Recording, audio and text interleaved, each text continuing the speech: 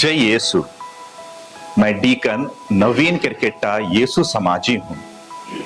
मैं रायगढ़ धर्म प्रांत के नित्य सहायिका ईश माता चर्च घरघोड़ापल्ली के प्रेम नगर से आता हूं।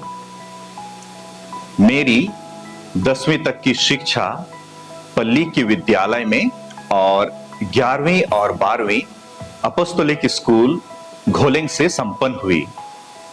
वर्तमान में डीकन मिनिस्ट्री के लिए मैं संत इग्नासियस चर्च शांति भवन जशपुर में पल्ली के सभी धार्मिक एवं सामाजिक क्रियाकलापों में अपनी सेवाएं दे रहा हूं। परिवार में हम 6 सदस्य हैं।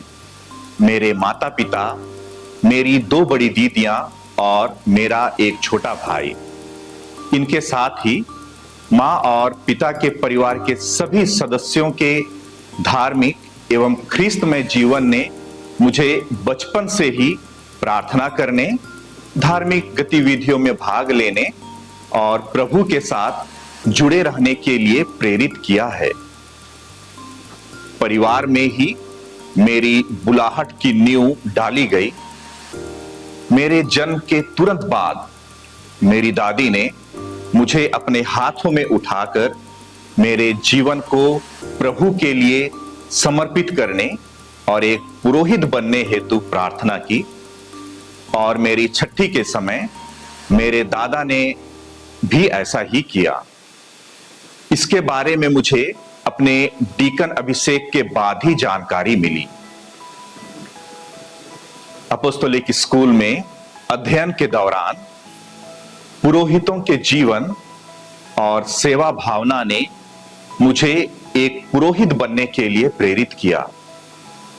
वहां मैंने गहराई से समझा कि किस तरह से बड़ी दिक्कतों के बावजूद भी यीशु समाजी मिशनरियों ने हमारे पूर्वजों के जीवन में विश्वास का बीज बोया और उनके उत्थान के लिए अपना संपूर्ण जीवन अर्पित कर दिया।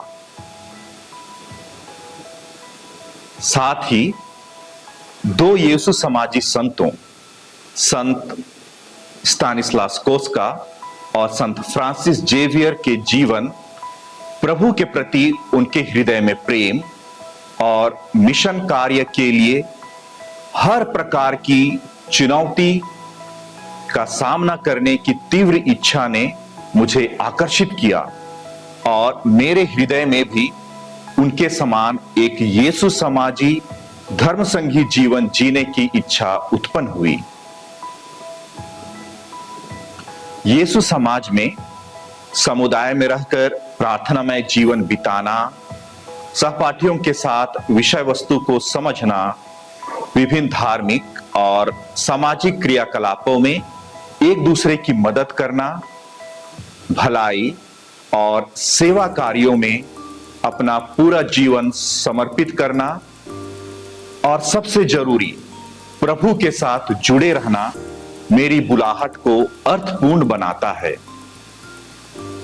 मैंने कई सारे जगहों, भारत में 14 से 18 राज्यों, यहां तक कि 9 से 10 अन्य देशों में रहकर दूसरे संस्कृति, भाषा और समाज के लोगों के साथ मिलकर प्रशिक्षण के दौरान अपने को प्रभु की सुरक्षा और सानिध्य में पाया है।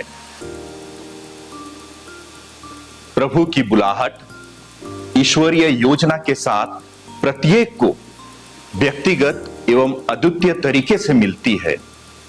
आज मैं अपने युवा भाई बहनों को यही संदेश देना चाहता हूं कि वे ईश्वर की आवाज को पहचानने का प्रयास करें।